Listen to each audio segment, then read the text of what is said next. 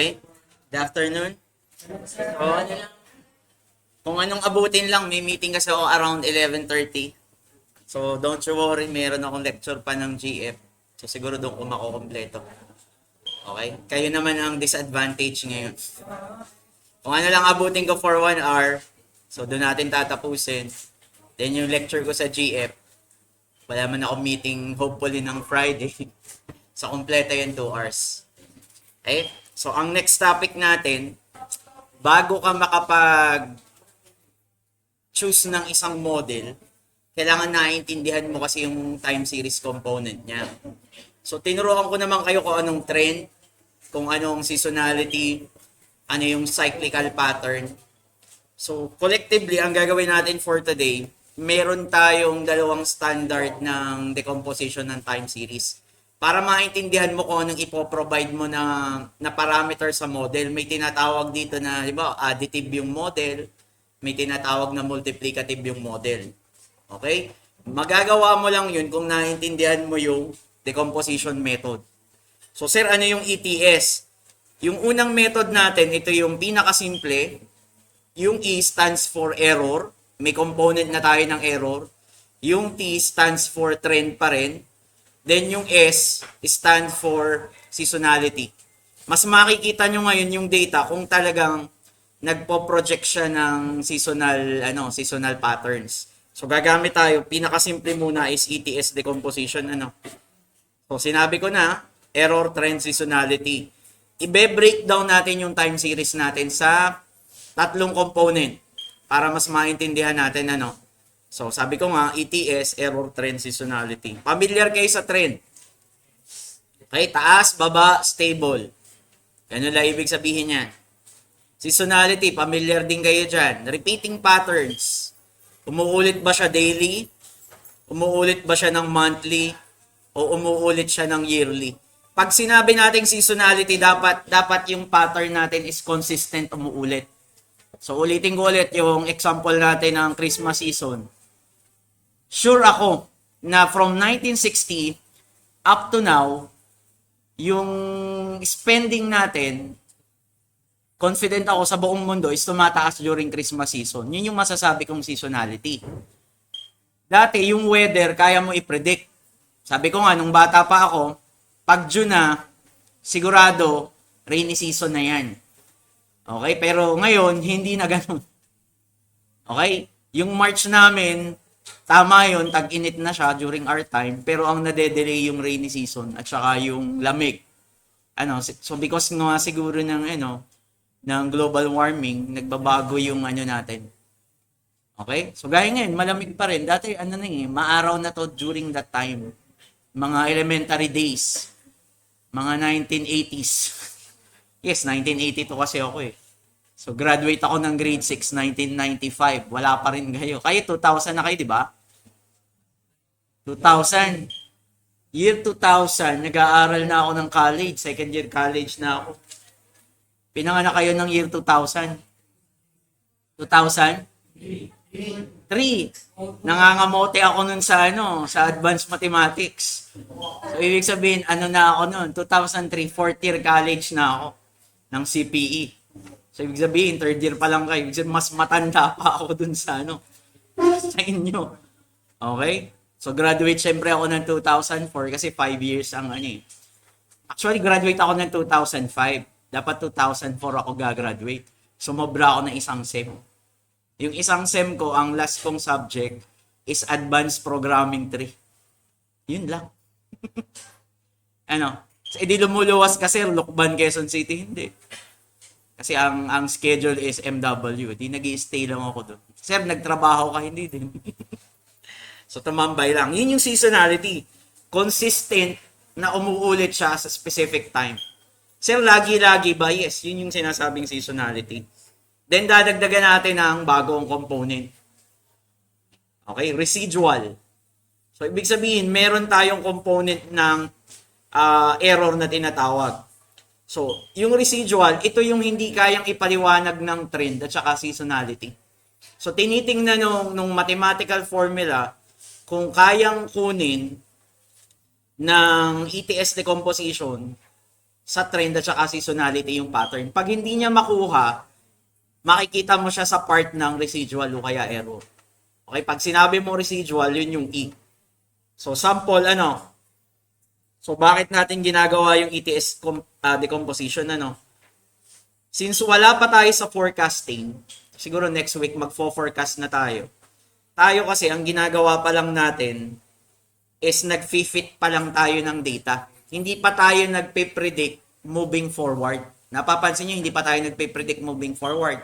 Pero sabi ko nga, ang point nung SEM na to is mag-predict tayo ng mga hindi pa natin nakikitang situation. So pag sinabi nating forecasting, ano yung mangyayari beyond 2005, 2006, 2007, 2008? Based sa mathematical formula. So sabi ko nga, ulit-ulitin ko ulit, accurate ba sir yan? Hindi. Hindi ko masasabing accurate siya, pero bibigyan tayo ng certain idea kung ano yung possible scenario. Sir, Ang ano daw? Depende sa dataset mo. So halimbawa, may dataset ka lang na worth na 6 months. 6 months yung worth na dataset mo, Kung ang prediction mo is monthly, bawal ako mag-predict beyond 6 months. Kasi kung ang data mo lang is 6 months, magpipredict ako halimbawa ng 12 months. Kaya siya, pero hindi na siya magiging accurate. May ruling tayo sa forecasting na ang forecasting horizon mo is dapat equal lang o kaya less than lang dun sa available na data mo. May 3 months ka na data, hindi maganda mag-predict ka ng 6 months. Kung 3 months lang yung hawak mo na data. Sir, pwede ako mag-predict ng 1 month? Yes, pwede. Kasi more than siya dun sa handle mo na data. Okay, so yun yung role din ng forecasting. I-discuss ko ulit kung ano yung forecasting. So dalawang klase na ngayon ang trend. Diba ang general discussion lang natin ng trend is pataas o pababa. Ngayon, dalawang klase ang trend based sa model. Isang additive. Kapag yung seasonal variation mo is constant over time, mamaya ipapakita ko na lang yung graph. So, tandaan, pagdating natin sa mga models, mapa seasonal, mapa trend, is dalawa. Isang additive, kapag yung seasonal variation natin is remain, parang wala namang masyadong pagbabago. Tumataas siya, pero hindi siya, mamaya i-discuss ko na lang. Then, ito yung sample ng additive model. Ang trend natin dyan, kung titingnan nyo, walang duda tumataas. Ang question lang natin is, ano ba yung nagiging value ng seasonal natin? Tumataas din ba siya over time? Pero gaano kataas? Kung mapapansin natin, yes, tumataas sir yung data natin, pero ano yung seasonal variation niya?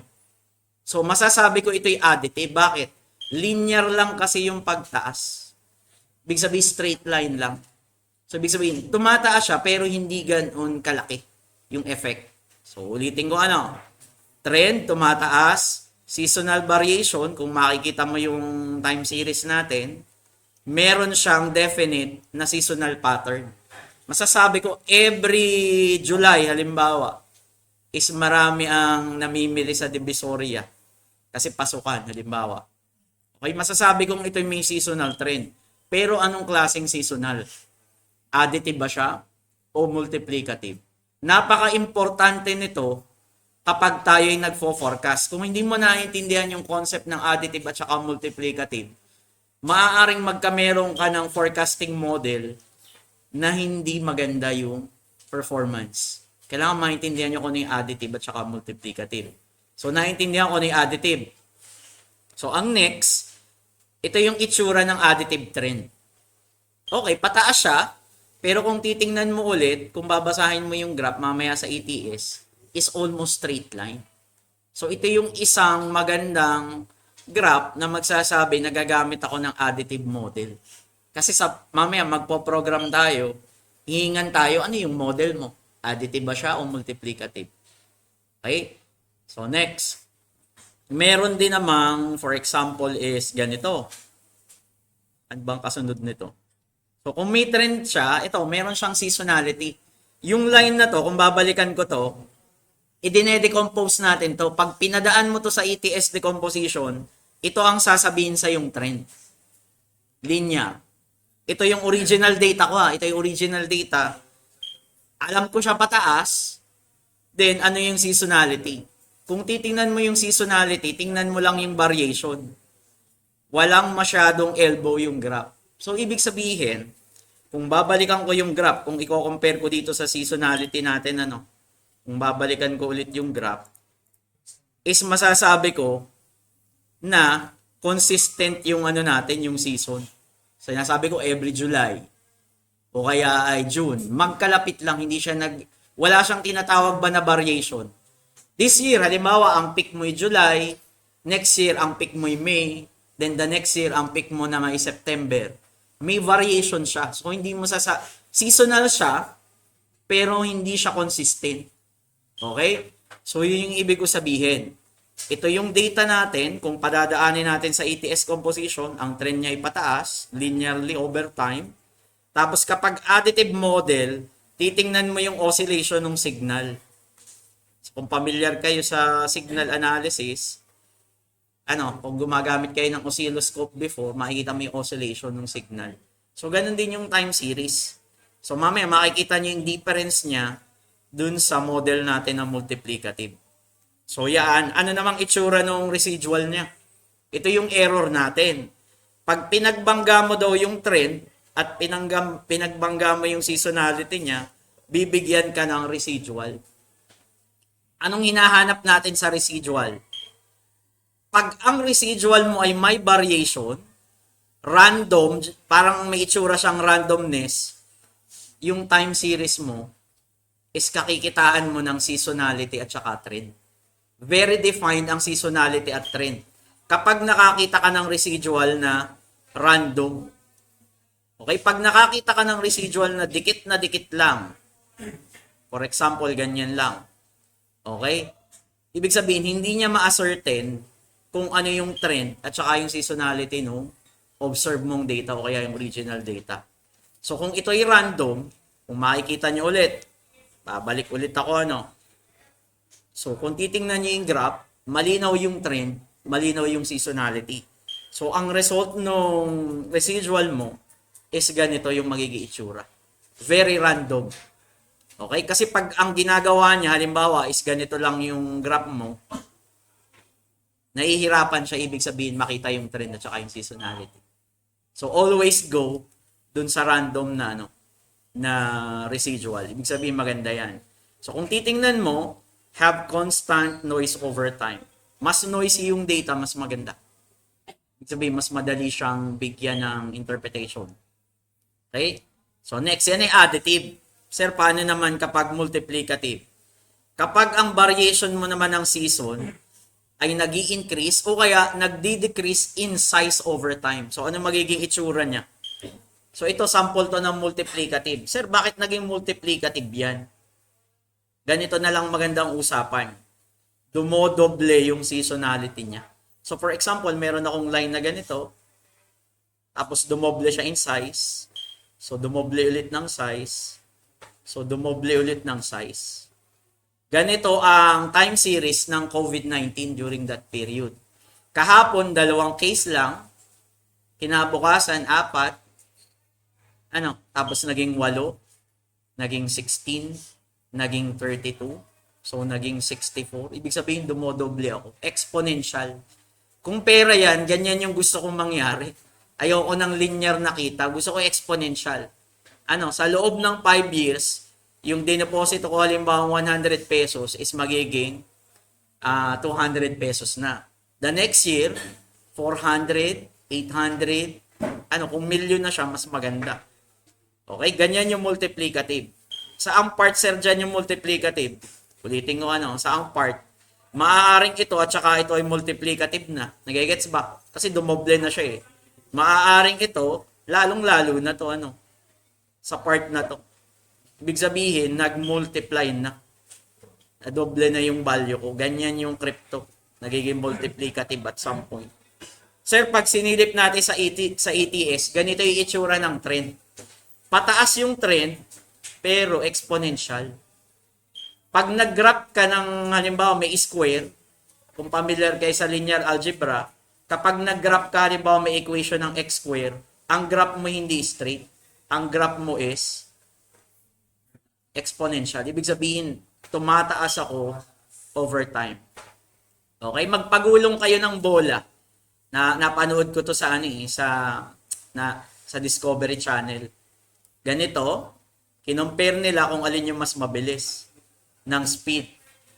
Kung titingnan mo, parang mas mabilis kapag straight line, Pero nung ibinagsak nila yung bola, mas mabilis makadating sa endpoint yung naka-curve. So no wonder kapag ikay astrophysicist, yung mga spaceship, hindi linear ang approach sa moon. Laging may curvature, paikot-ikot. Okay, kasi mas makakasave ka ng fuel, mas makakasave ka ng time. So, nagpagulong sila ng bola dun sa Discovery Channel. Ang ine-expect nila mas mabilis yung straight line. Okay, so hindi pala ganoon. So, ang ginawa nila, nag-design sila same distance pero naka-curve pero mas mabilis yung yung speed ng bola in terms of curve. So, ganun din ang makikita mo sa multiplicative. Ibig sabihin, nagdo-duplicate tayo in terms ng trend mo is ganyan kapag curve. Okay, ano na maitsura sir ng seasonality niya? So, kapag ang seasonality mo yung multiplicative, ito lang tatandaan mo. Kanina, napaka-smooth. Napaka-smooth niya kapag additive yung model. Ngayon, ang hahanapin nyo is yung ganitong part. Okay? Nagkakameron siya ng sharp edges. Kasi kung i-compare natin kanina, ganito lang yung additive. Okay? So, pag nakakitaan mo ng mga sharp edges, yung seasonality niya, makikita mo siya ay multiplicative. So, ito yung result. Kung ibabalik ko lang ulit yung original data, ang seasonality nito is ito yung result. Sir, bakit naging ganyan? Kasi nagmumultiply tayo eh. Multiplicative yung trend natin. Ayan, kung titingnan nyo yung specific distance. Pataas siya pero dumodoble siya. Nagmumultiply. Okay? Then, ang pagsisilipin mo yung residual niya, ganito yung magiging itsura. Halos walang difference dun sa kanina. So, kaso anong napapansin nyo lang dito? Kung i-compare mo to, balikan ko yung nauna ha. Kung i-compare mo sa additive, at saka kung i-compare mo sa multiplicative, anong napapansin nyo dun sa dalawa? Okay, may difference ba sila? In terms ng residual, itong green at saka itong blue. May difference? So halos wala. Okay? Pero ang seasonality natin, doon tayo nagkaka-difference. So ibig sabihin, every season, halos dumuduplicate yung value ko. Hindi lang siya simpleng, today is 1, next year is 2, next year is 3, 4, 5, 6. So ganyan yung nagiging pattern natin. So good pa rin yung natin, yung trend at saka yung seasonality kasi nagba-variate tayo ng around 0 o kaya around yung 1.0.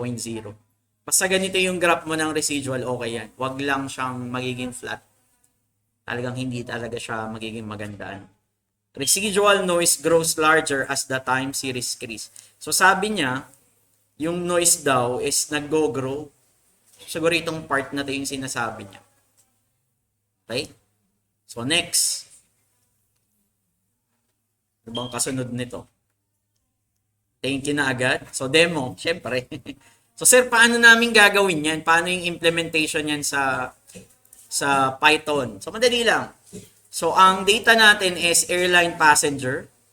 So hindi siya kunwari tayo ay nasa 1940s, yun yung data eh. So historical data ito na during 1949, ito yung US So US to. Napapansin nyo din, bakit puro US yung data? Bakit daw? Bakit puro US yung nakikita natin? Kasi early on, alam ng mga Amerikano gaano ka-importante yung data. Hindi tayo nagtatrack ng data before. Kasi nung time, 1940s, 1930s, may infrastructure kasi sila kung paano mag-store ng data. So no wonder, ang data ngayon is significant sa economic growth. Mas marami kang data, pansinin mo, mas may advantage ka over dun sa mga countries na wala. Kasi mas naiintindihan mo kung ano mangyayari. So, tinrack nila yan during 1949, January 101. Ang nag-travel na mga pasahero using airlines is 112,000 sa US. Papaintindi ko lang yung data. Nung February, monthly yung data natin kung mapapansin nyo, monthly start. So 118, 132, 129, and 121. Okay? Kung igagraph natin siya, nag-define tayo ng airline na data frame. Kung igagraph natin siya, ganito yung magiging itsura ng graph natin. Question. Anong model yung gagamitin natin? Base lang ang halimbawa, base lang dun sa base lang dun sa projection natin. Gagamit ba ako ng additive o gagamit ako ng multiplicative? Yun yung question agad sa lab. Pag nakakita kang ganitong data, hindi mo masasabi at first hand kung yan ay halimbawa additive or multiplicative. Pero dito sa case na to, very obvious. So, ibig sabihin, every year, dumodoble halos yung number ng passenger na sumasakay sa eroplano from 1949 to 1960. Okay? So, kakikitaan natin siya ng seasonal trend na every year, tumataas yung number ng passenger. So, ibig sabihin, i-account ko na ngayon sa model na yan ang trend ay pataas, ang seasonality ko, for example, is every 12 months. Kaya nagiging accurate yung mga susunod nating model, hindi na lang tayo nag-a-average basta-basta. Ikino-consider na natin kung anong klaseng model, anong klaseng trend, anong number ng seasonality. Okay? Ito yung 1,000 of passengers. So sir, paano gagawin yan sa sa ETS decomposition, for example? So pwede kang gumamit ng seasonal decompose. In one shot, so sasabihin mo from stat model TSA seasonal. Kukunin ko yung seasonal decomposition niya. Then, gagamitin mo yung seasonal decompose. Ang una mong parameter is yung time series data mo. Ang time series data ko is yung thousands of passengers. Anong model yung gagamitin mo? Walang tama or mali dito. Kapag ginamit mo yung additive, for example, ginamit natin yung additive, ito yung magiging result. Yun yung diniscuss ko kanina. So, kung titingnan natin yung graph, ito yung additive model, Ito yung additive model. So, kung titingnan mo yung trend ng additive model, no question, from 1949 to 1960, pataas yung nangyayari. Pero kung titingnan mo yung seasonal variation, parang sumasaliwa na siya sa properties ng seasonal ng isang additive model. Bakit? Meron akong mga sharp edges, hindi siya smooth. So, pwede mong gamitin yung additive, pero sa opinion ko, mali yung model mo. Kasi kung kakikitaan mo nga siya ng, yung sinabi ko kanina, itong part na to, is nagkakameron siya ng property na siya ay multiplicative ang seasonality. Nagigets ba? Pwede mong gamitin yung additive. Hindi niya sasabihin, ay mali ka kasi gumamit ka ng additive. Ito ang hindi kaya ng AI. Sa totoo lang. Ito ang hindi kaya ng AI. Hindi pa siya malakas sa intuition ng images. Okay? Tinatry ko to sa ChatGPT. Ang nire-recommend niya dito is multiplicative. Talaga. Okay? Tinry ko siya sa DeepSeek. Additive yung gusto niya. Okay? So, ibig sabihin, hindi pa ganun ka-perfect. Pero as humans, kayang-kaya nating makita yung trend. Okay? Ang AI kasi, magaling siyang mag-detect ng pattern kung ite-train mo siya ng maganda. Okay? Tao pa rin naman ang magte-train ng AI. Hindi yung AI ang magte-train sa sarili niya. Tayong magpo-provide pa rin ng data. Okay? In terms ng residual, pansinin niyo tong part na to. So, sabi ko mas maganda random, kung ite-trace mo yung line, kung ite-trace mo lang yung line. Okay? So, may part ng data natin na nagko-concentrate lang siya sa gitna. Ibig sabihin, nahihirapan siyang i-discern kapag ginamit mo yung additive model. Okay? So, may parts lang siya. Pero, kung titingnan ko, random pa rin naman siya. So, para sa akin, okay pa rin. Ang trend pataas, Pero ang seasonality, nakikitaan ko siya ng multiplicative. Okay? So, compare natin. Sir, gawin mo nga multiplicative. Ang hihingin sa'yo, ano yung time series data, then ano yung model na gagamitin. Ang ginamit nating model is additive. Sir, pwede bang ADD? Shortcut. Pwede din naman, maintindihan pa rin niya yan. So for example, naglagay ako ng ADD. Nawala ata internet ko. Wait lang. Okay? Para makita natin. Sige, nag-initialize lang siya. So pwedeng gamitin mo model ay ADD. Kapag multiplicative, pwedeng MUL. Pwedeng buo multiplicative. Bahala na kayo pumili. So, halimbawa, for example, ito ay multiplicative. Pwede kang gumamit ng ganyan. Pero, kung tamad ka, pwedeng MUL na lang. So, gagana din siya. Hindi naman tamad. If you want to work smart, MUL na lang. Okay? So, kung titingnan natin, titingnan natin. Okay? So, para sa akin, yung time series natin is multiplicative. So, same, multiplicative. Tapos, kung titingnan mo yung residual niya, so, random din yan halos. Pero meron siyang consistency na tinatawag. Random pa rin yan kung titingnan natin yung line sa malaking graph. Napaka-random din yan. Pero kung titingnan mo yung pattern, so, kung titingnan ko, mas maganda to sa model ng multiplicative. So, kung gagamit tayo ng forecasting model, ang i-fit ko sa kanyang parameter is multiplicative. Hindi ako gagamit ng additive. Although kaya mag-forecast ng additive, yung result, magkakameron tayo ng difference. Okay? So, sa exam ba ganon? Sasabihin mo ba kung multiplicative or additive? Yun yung part na exciting. Kasi kung mali yung model mo, hindi ko naman minamaling zero. Halimbawa is, okay, mali yung sagot niya. Halimbawa, out of 50. 35? Pwede na yun. Pag mali, 35. Pag tama, di siguro 45, 40. Okay? So, napaka-crucial na marunong kayong magbasa ng ETS decomposition. So, trend natin pataas, halos walang difference. Pero para sa akin, ito ay i-consider ko as multiplicative model. Okay? So, pwede mo siyang i-decompose.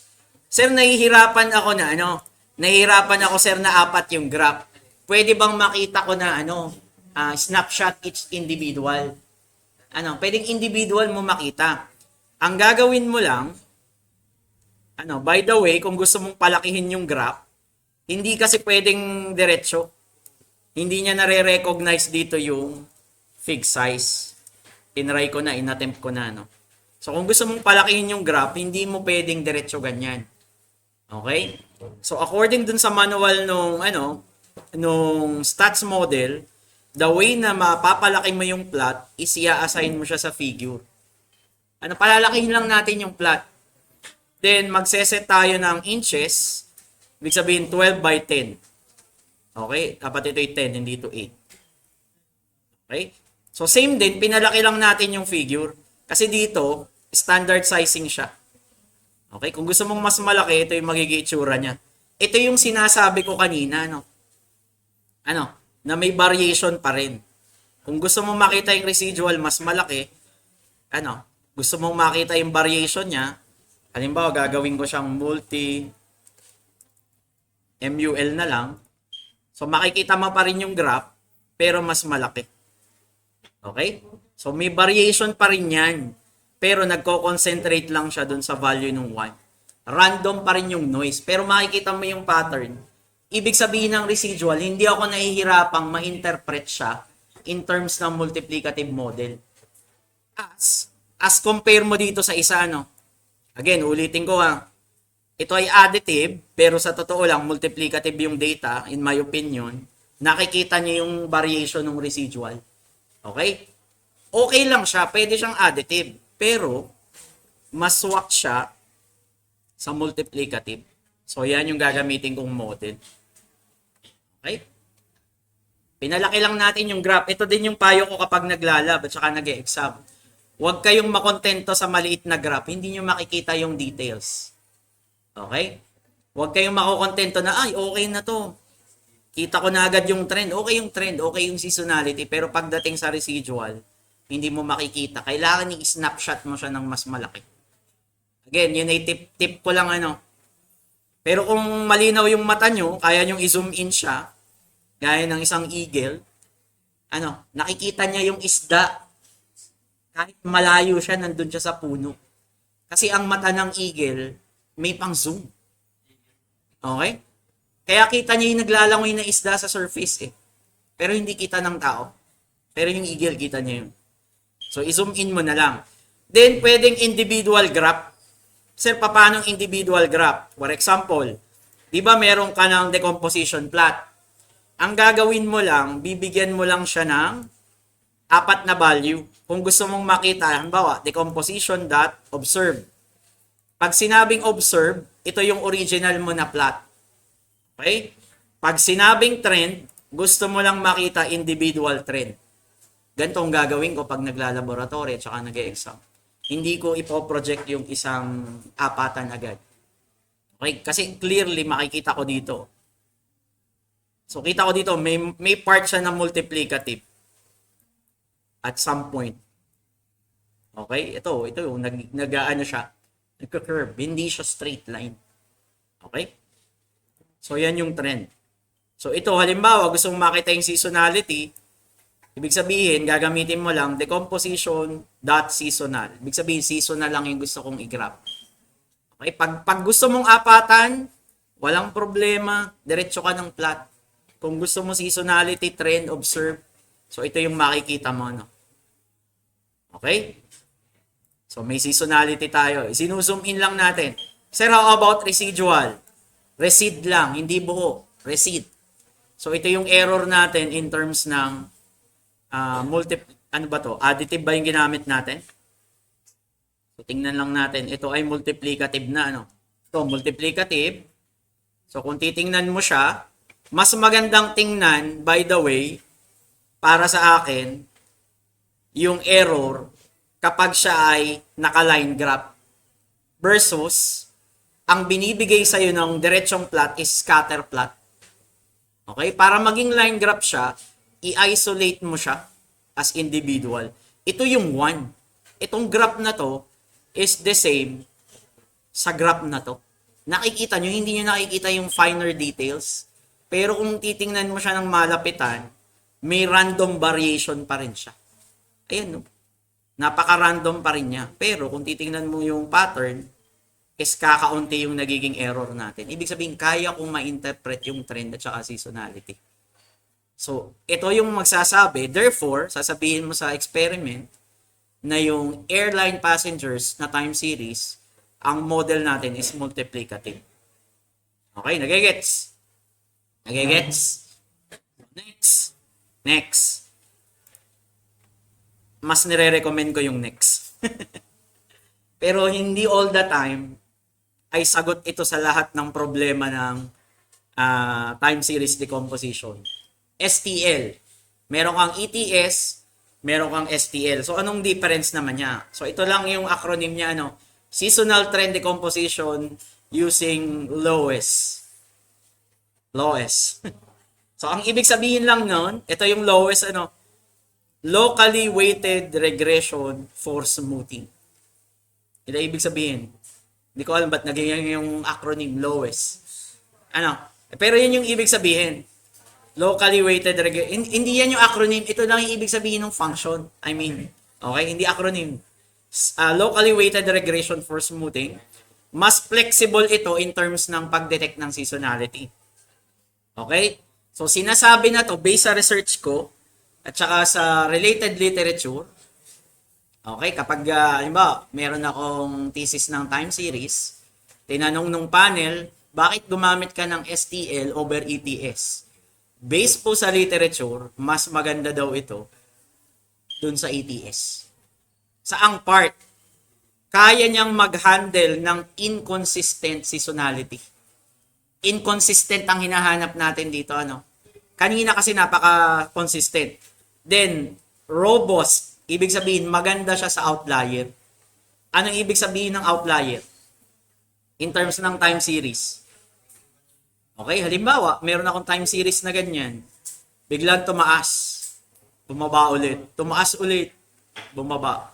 So, mako-consider ko na ito ay kakaibang phenomenon. Outlier. Kakaiba. Sir, in terms ng number, paano masasabing outlier? Ang score na sa klase ko halimbawa is 1 to 100 ay 40, 41, 42, 39, 38, up to 100. Meron akong estudyanteng naka-score. Solong-solo 99.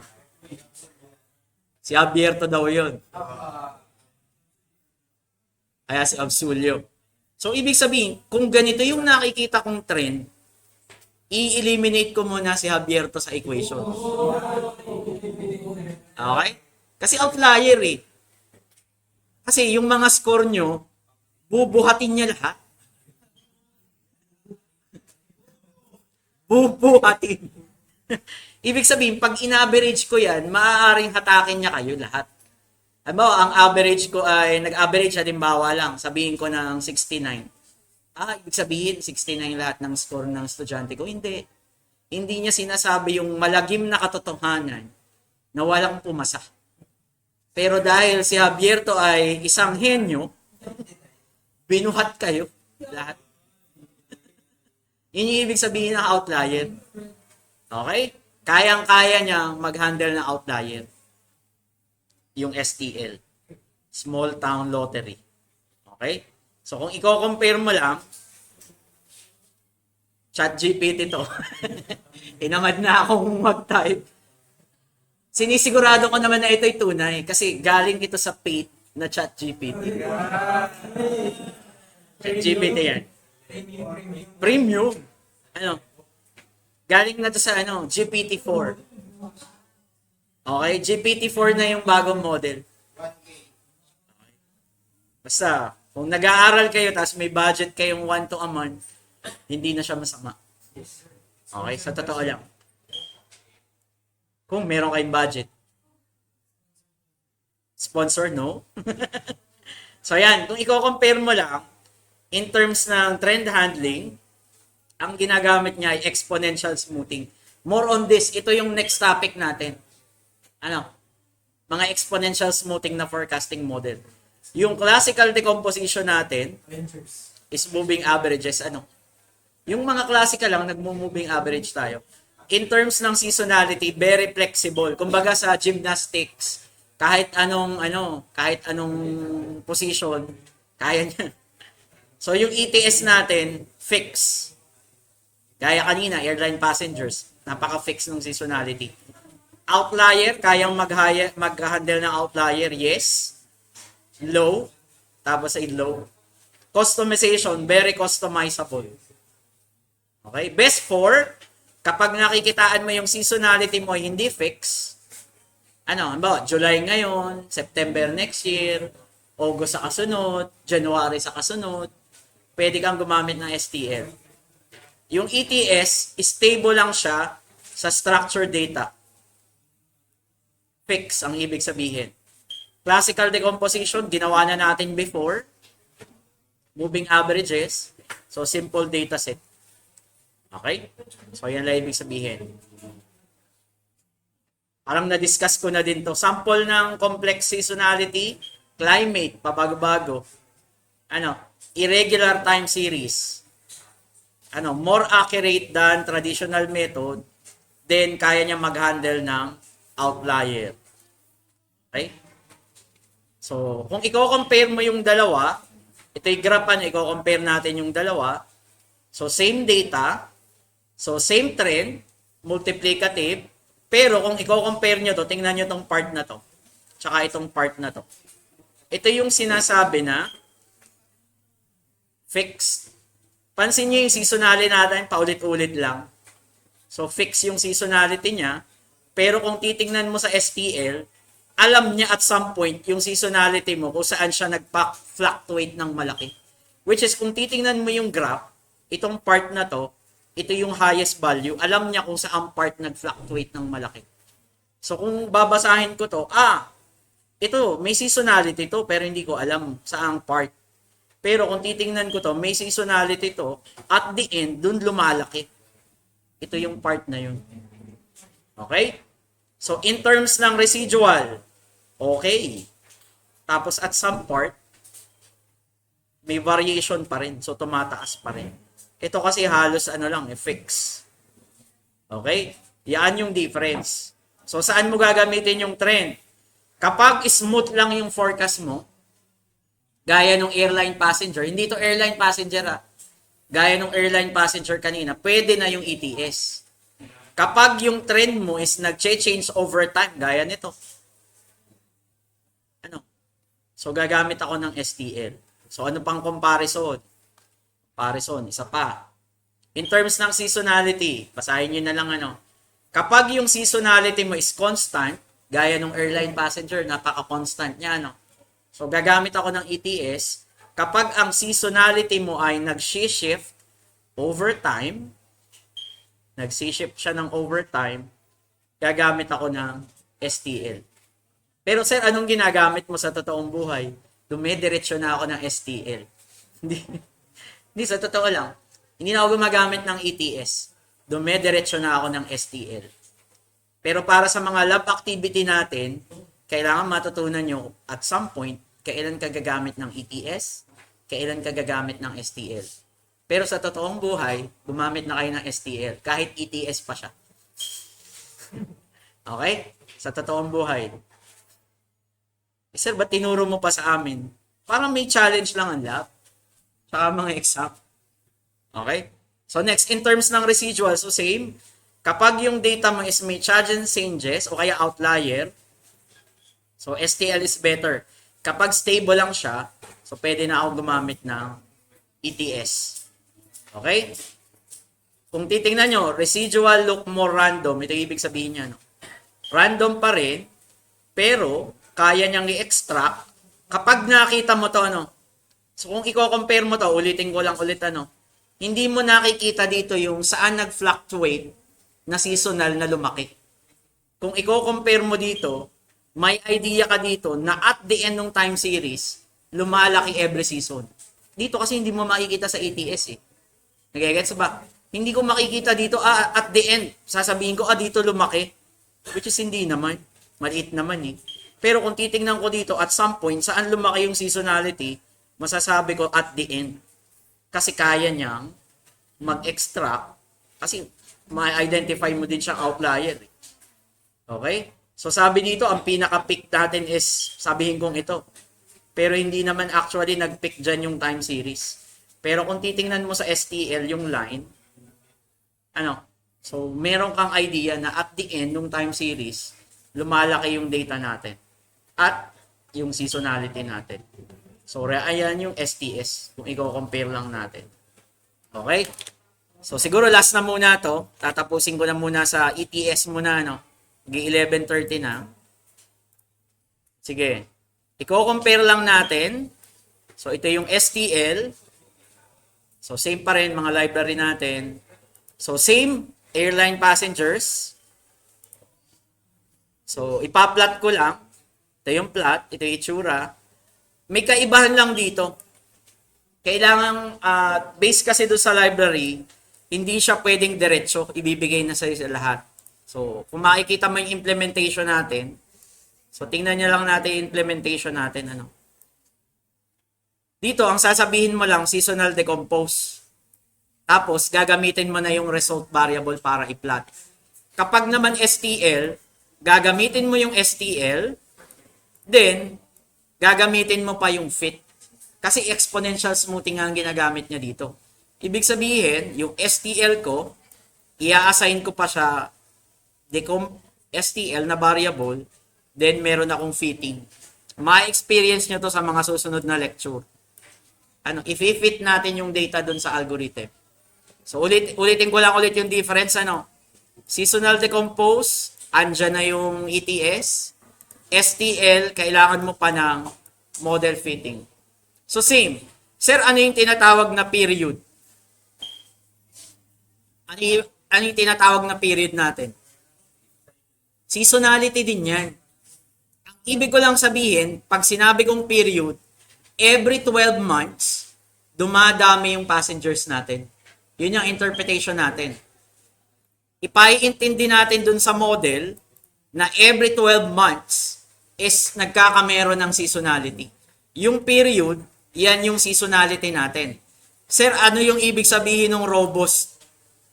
So, tingnan ko sa baba kung ano ibig sabihin ng robust. Actually, nandito siya sa kabila. Wait lang. Hindi ko ata na-document. Okay? So, pag sinabi mo lang robust, hindi yung ano... wait lang. So, pag sinabi mong... Balik mo na ako sa umpisa. So, pag sinabi mong robust, kaya mong mag-handle ng outlier kung gusto mo lang. Which is, i-handle natin yung outlier. Ano? So, iseset ko lang siya sa true. Okay? Then, palalakihin ko lang ulit yung graph kasi hindi pwedeng diretsyo. So, ganito yung magiging itsura. Ito yung pinakita ko din sa inyo. Ito din yun. STL. Sir, gusto ko individual. Parehas din. Gagamit ka lang ng decompose. So, same keyword, observe. So, ito yung trend. Seasonality. Then, residual. Parehas din ng ETS. Pero naiba lang yung implementation. So, ito siya. Okay? So, sir, paano pag i-graph natin ang side by side? Ano? I-graph natin ang side by side. So, for example, meron akong ganito. Ay, hindi pala tapos ito, ano? Pero kung i-graph ko siya ng side by side, ipapakita ko sa inyo yung code lang.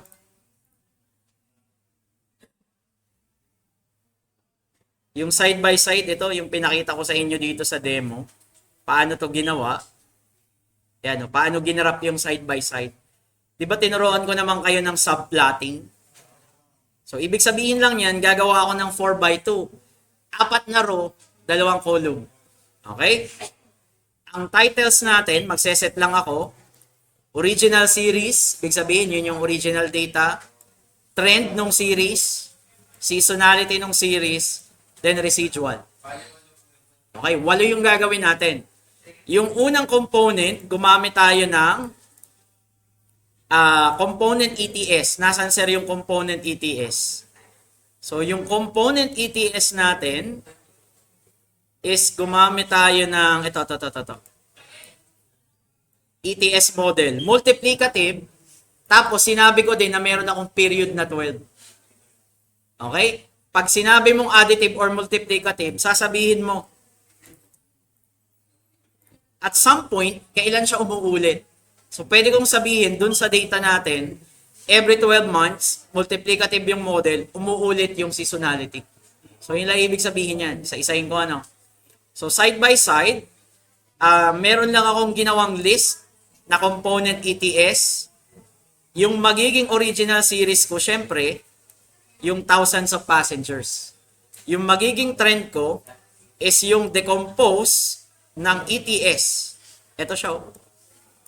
Ang gagamitin ko lang ay trend, seasonal, tsaka receipt. Then, ilulup ko lang siya. Depende sa axis, ano. So, component.plot, ang axis ko is 1 by 0. Ano ibig sabihin yan? 0, 0, 0, 1, 0. Ano? So, pwede ko sabihin dito ang index 2 and 0, index 3 and 0. Yun lang ibig sabihin yan. Yung kasunod, index 0 and 1, index 1 and 1. Kasi meron tayong graph na 4, di ba? So, kung natatandaan nyo pa yung subplot, okay? Ito ay 0, 0. Ito ay 0, 1. Ano? Ito ay?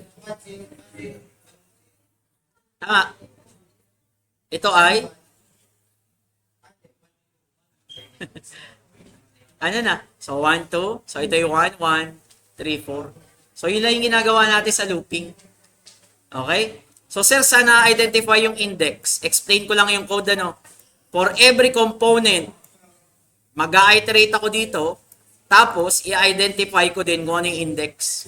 Index 0, index 1, index 2, index 3. Okay? Airline passengers. Ipo-for loop mo lang. Ito yung component ko na dataset. for axis 1 and 0. So kung i-execute natin yan, so ganito yung magiging itsura niya. Okay, balikan ko lang ha. So side by side, so meron tayong graph ng ETS at saka ng LO, yung STL. So para makita mo yung comparison lang, na mas maganda para sa akin, in terms ng trend, okay lang, itable. Parehas lang. Pero in terms ng seasonality, so mas maganda to. In terms ng residual, o kaya ng arrow, so mas okay to para sa akin. Okay? So same data lang tayo, original series. So ito ay ETS, ito ay STL. Okay? Yung kasunod na topic, panoorin nyo na lang yung gagawin ko sa GF. I-upload ko na lang. Yung hindi ko na-discuss is ganito. EWMA. Exponential Weighted Moving Averages. So, second model natin, EWMA. Pipredict natin kung ano magiging kasunod. Ito kasi ang target natin. Anong magiging number ng passengers for the next year? Tayo ay nagmo-model pa lang mismo sa data natin. Ang gusto kong matutunan nyo ngayong prelim is makapag-predict kung ano yung magiging itsura niya for the next year. Okay? Forecasting. Question muna. Question?